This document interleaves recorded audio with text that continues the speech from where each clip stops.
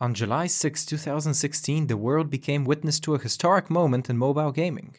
The release of Pokémon Go broke all App Store records for popularity and perfectly demonstrated how a single product going viral can change the entire world's opinion of a company overnight. The company I'm talking about is Nintendo, and this week on Behind the Business we'll take a look at their surprisingly long history. The story of Nintendo starts in Japan at the end of the 19th century. This was a time of great socio-economic change for the country, a period known as the Meiji Restoration. In 1868, Emperor Meiji fought and was victorious in the Boshin War, a 2-year conflict between imperial loyalists and the Tokugawa shogunate, which was led by the 15th shogun Yoshinobu. The shogunate was over 2 centuries old at that point, and it was desperate to maintain the isolationist feudal society of Japan. With its demise came the end of Japan's foreign relations policy known as Sakoku. Under this policy, foreigners who entered Japan and locals who left would be put to death, which greatly restricted Japan's economic and societal progress. When the shogunate was abolished, Emperor Meiji began a series of radical policy changes that transformed Japan from a closed feudal country into a modern industrial powerhouse. One of the seemingly minor laws he enacted was the legalization of a particular form of playing cards. You see, the shogunate was generally distrustful of most Westerners and considered them to be a corrupting influence on Japanese society. As a result, it had outright banned all playing cards due to their frequent use in gambling. Emperor Meiji knew that regular people enjoyed playing card games just for fun, but he didn't want to appear like he was promoting gambling. The best solution he came up with was to legalize hanafuda cards. These cards didn't have any numbers on them, so they weren't very convenient for gambling, but they could still be used to play several different card games. A deck of hanafuda cards resembled a modern playing deck quite a lot. They were divided by season into 12 groups, and each group contained 4 different cards for a total of 48 cards per deck. You could, of course, still gamble with these cards, and the Yakuza very much did so by assigning each card a certain amount of points. By the time hanafuda cards were legalized, however, the popularity of card games had decreased dramatically, and there were very few card manufacturers left in Japan. One of the few producers left was a man named Fusajiro Yamauchi, who had founded his humble card-making business in Kyoto in 1889. His company was called Nintendo Koppai, and to this day the true meaning of the word Nintendo remains unclear. The generally accepted meaning is to leave one's fortune in the hands of fate, but due to the complex nature of Japanese kanji, there are several other plausible definitions. Fusajiro, of course, hadn't kept any records on what the name really meant. He was too busy trying to restore the popularity of hanafuda cards. At first, his business wasn't doing too great. His cards were pretty expensive since he made them out of mulberry tree bark and he painted all of them by hand. Once the Yakuza realized how to use hanafuda cards for gambling, however, Fusajiro's business flourished. By 1907, his playing cards were the most popular ones in Kyoto. That year, Nintendo became the first Japanese business to produce regular Western-style playing cards, which were once again made legal by the Japanese government. When Fusajiro retired in 1929, Nintendo was selling cards across the entire country. There was one small problem for Fusajiro, however. He didn't have an heir to continue the family business. Now in Japanese culture, when a family can't find a suitable heir, they can legally adopt an outside person. Most often, the adoptee is the husband of one of the family's daughters. This man becomes a mukoyoshi, a legal member of the family who adopts their surname. Fusajiro did exactly that. He adopted his daughter Tei's husband, who came to be known as Fusajiro Yamauchi. Nintendo greatly prospered under his leadership. He opened a factory with an assembly line and a dozen new offices in major cities across Japan. He also established a distribution subsidiary in order to insource Nintendo's logistics. After suffering a debilitating stroke in 1949, Fusajiro was faced with the same succession problem of having no sons. He too wanted to adopt his daughter's husband, but that guy ended up leaving her a few years earlier. This forced Fusajiro to instead give over Nintendo to his grandson, Hiroshi Yamauchi. At the time, Hiroshi was only 21 years old, a fresh law school graduate with no managerial experience. When Fusajiro died just a few months later, Hiroshi began a purge at Nintendo, firing any relatives he had there as well as all senior managers. He wanted to give Nintendo a fresh start, and although most of his grandfather's employees hated him, the company continued to expand under his leadership. In 1959, he successfully negotiated a partnership with Disney to feature their characters on Nintendo's playing cards. Prior to that, Nintendo was mostly associated with gambling, but now they could start to reliably sell cards to children. This move was extremely successful, and just 1 year later, Nintendo had sold 600,000 of these new card packs. Hiroshi was eager to expand into other industries, and so in 1962 he took Nintendo public with a listing on the Osaka Stock Exchange. Using this newfound capital, Hiroshi experimented with various ideas. In just 3 short years, he had attempted to introduce a taxi service, a chain of love hotels, a remote-controlled vacuum cleaner, and instant rice.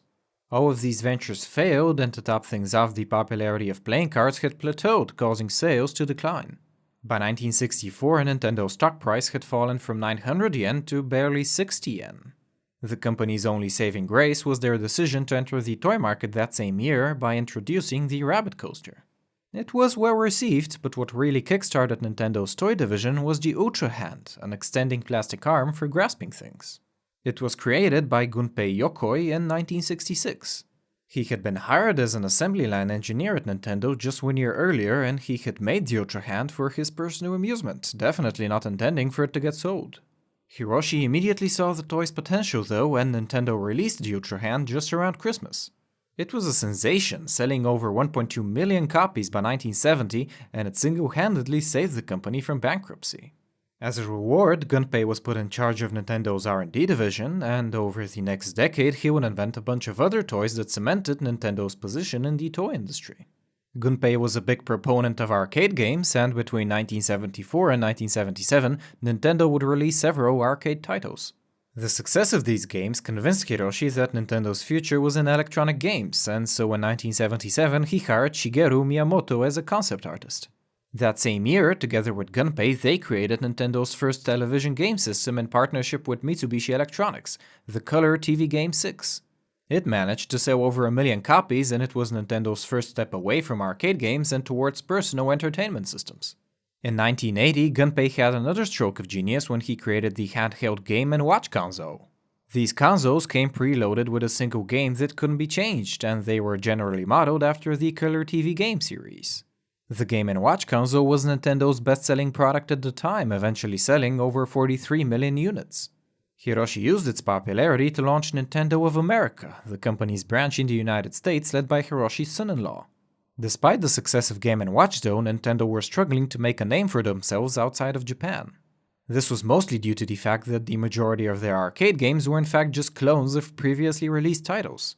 One arcade game, called Radar Scope, was doing so bad that it barely sold a third of its intended units, forcing Hiroshi to think of a way to repurpose them. He tasked Gunpei and Shigeru with redesigning the game, but the designer duo decided to make an entirely new game from scratch. 1 year later, in 1981, they created Donkey Kong, a title that would eventually become one of the most recognizable arcade games in history. It featured the hero Jumpman, who had to save his girlfriend Pauline from the clutches of the evil ape Donkey Kong. It is considered the first true platformer game due to the addition of jumping as a game mechanic. The Nintendo of America branch was woefully unprepared for the massive demand that Donkey Kong would receive. The company at the time had barely 5 employees, and they were already a month behind on their office's rent. In an effort to appease the landlord, Hiroshi's son-in-law renamed the game's protagonist after him, thus transforming Jumpman into Mario. Just 2 years later, in 1983, Nintendo would release another hit arcade game, Mario Bros. It was a spin-off of Donkey Kong, and in addition to Mario, it also featured his brother, Luigi. The game greatly expanded upon the Mario franchise, and it eventually led to the creation of over a dozen different sequels. That same year, Nintendo outdid themselves again by releasing the Famicom system, their first cartridge-based game console. Hiroshi had managed to negotiate favorable deals with his suppliers, which allowed him to sell the Famicom system for barely 14,800 yen, greatly undercutting his competitors. The console was very well received, selling over 500,000 units in its first 2 months, but it soon became apparent that one of its cheap components was in fact faulty. This caused a large number of Famicoms to freeze consistently, making them totally unplayable. Hiroshi made the tough decision of ordering a total recall, a move that cost him over $500,000, but nevertheless saved the company's reputation. This act of goodwill was soon rewarded when a great opportunity opened up for Nintendo of America. The rise of the personal computer, led by the IBM PC from 1981, caused a massive slump in the video game industry between 1983 and 1985. From a high of $3.2 billion, the industry's revenue had declined to barely $100 million over the course of 2 years, bankrupting several major video game publishers. This was exactly the opening Nintendo needed, and in 1985 they rebranded the Famicom console and released it in the United States as the Nintendo Entertainment System. To accompany the new system, Nintendo also released Super Mario Bros. The game built upon its predecessor by introducing the Mushroom Kingdom and Mario's arch-nemesis, Bowser.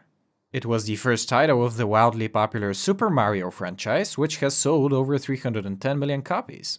The very next year, in 1986, Nintendo released another iconic video game, The Legend of Zelda. It was a pioneering game in many regards. It was one of the first games to feature an open-world environment, and it laid the groundwork for the development of the RPG genre. That year also saw the release of the first Metroid game, a mix between an action-adventure and a platform shooter. It is notable for its non-linear open-world gameplay and for the fact that it features the first female protagonist in any mainstream video game. In 1989, Nintendo released the Game Boy, a hybrid combining the portability of the Game & Watch console and the cartridge system of the NES. It too was developed by Gunpei, who is also responsible for the console's iconic directional pad, the Cross, which functions as the Game Boy's main navigational tool. The flagship game of the console was Tetris, which up until that point couldn't be played on a portable gaming system. As you can imagine, it became an instant seller and it spawned an entire series of consoles that lasted all the way up until 2006. In 1990, Nintendo replaced the NES with the Super Nintendo Entertainment System, which became the best-selling console of the fourth generation. In 1992, they released Super Mario Kart, the first go-kart racing game in the 11-title series that has sold over 100 million copies. Nintendo made their first big mistake in 1995 by selling the Virtual Boy, a virtual reality console developed by Gunpei. You can probably imagine how absurd it was to try to make a virtual reality headset with 1990s technology, but Hiroshi was convinced the Virtual Boy would work. It was a total flop, selling barely 140,000 units in North America despite Nintendo spending over $25 million on marketing. 1 year later, in 1996, Gunpei left Nintendo, for personal reasons, and then in 1997 he got hit by a car. Despite his departure though, 1996 wasn't a bad year for Nintendo. In fact, it can be considered one of their best years because on February 27, 1996, they released the first Pokémon games, Pokémon Red and Green. From its humble start with 151 Pokémon, the franchise has since expanded to feature 7 generations of games, 19 TV show seasons, and 19 different anime movies. The initial release of Pokémon was very spectacular, but by that point Nintendo's competitors were already catching up. During the 5th generation of gaming consoles, the Nintendo 64 from 1996 fell behind Sony's PlayStation from 1994. The huge success of Super Smash Bros. From 1999 helped Nintendo stay ahead, but they once again failed to improve in the 6th generation. Nintendo's GameCube from 2001 barely sold 22 million units compared to Sony's 153 million PlayStation 2s. The introduction of Microsoft's Xbox console also hurt Nintendo's market share. In 2002, Hiroshi finally stepped down as president of Nintendo and he was succeeded by Satoru Iwata. Satoru was the former president of HAL Laboratory, the company which had produced the Kirby and Super Smash Bros. Series. He realized that the competition between Nintendo and Sony had become so stiff that it was no longer worthwhile to compete. Instead, Satoru followed a blue ocean strategy, wherein Nintendo would reclaim their lost market share through differentiation and low pricing. The culmination of his efforts came in 2004 with the release of the Nintendo DS console, which replaced the Game Boy series introduced in 1989. The Nintendo DS was in many ways a design masterpiece, featuring 2 separate screens, the bottom one being a touchscreen, and built-in wireless connectivity. In its first month alone, the Nintendo DS sold 1.2 million units, and it has since become the second best-selling console of all time with over 150 million sales. The Nintendo DS was exactly what the company needed to restore its financial situation. Satoru then focused on producing Nintendo's next home console. In line with his blue ocean philosophy, he wanted to avoid direct competition with Sony and Microsoft, who were at this point knee-deep in trying to one-up each other with expensive hardware. Instead of catering to hardcore gamers, Satoru envisioned a console that would be appropriate to everyone, and in 2006 he fulfilled his idea by releasing the Nintendo Wii. Its unique remote controller set it apart from its competitors and the casual crowd really liked it. Although there were few games available for it initially, game developers eventually caught on and in the end the Wii sold over 100 million units. Combined with the Nintendo DS, Nintendo had produced the most sold consoles of the 7th generation, both for the home and handheld categories. In the current 8th generation, though, the situation for Nintendo is mostly a mixed bag. In 2011, they released the Nintendo 3DS, whose most prominent feature is its auto-stereoscopy, the ability to display 3D images without the user wearing glasses.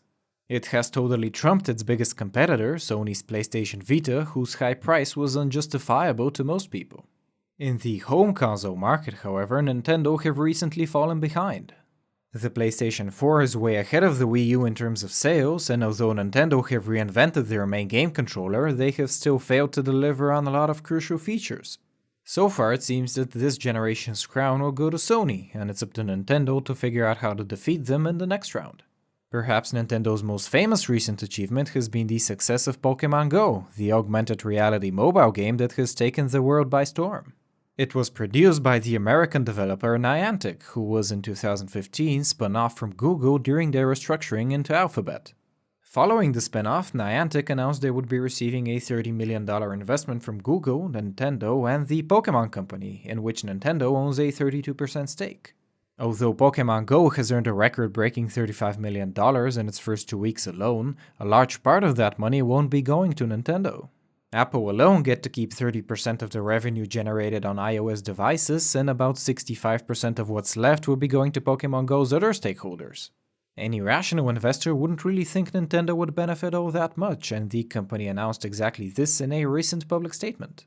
And yet, over the 2 weeks since Pokémon Go was released, the value of Nintendo's stock more than doubled. That's right, Nintendo's market capitalization increased by $17 billion over 2 weeks based solely on the expectations of Pokémon Go, in which they only have around a 30% stake. It's pretty crazy, and it pretty much confirms that the stock market is anything but rational. I hope you enjoyed the story of Nintendo. If you did, hit that like button, subscribe, and check out my other videos for the stories of more cool companies. Tell me in the comments below which company you'd like me to feature next, and as always, stay smart.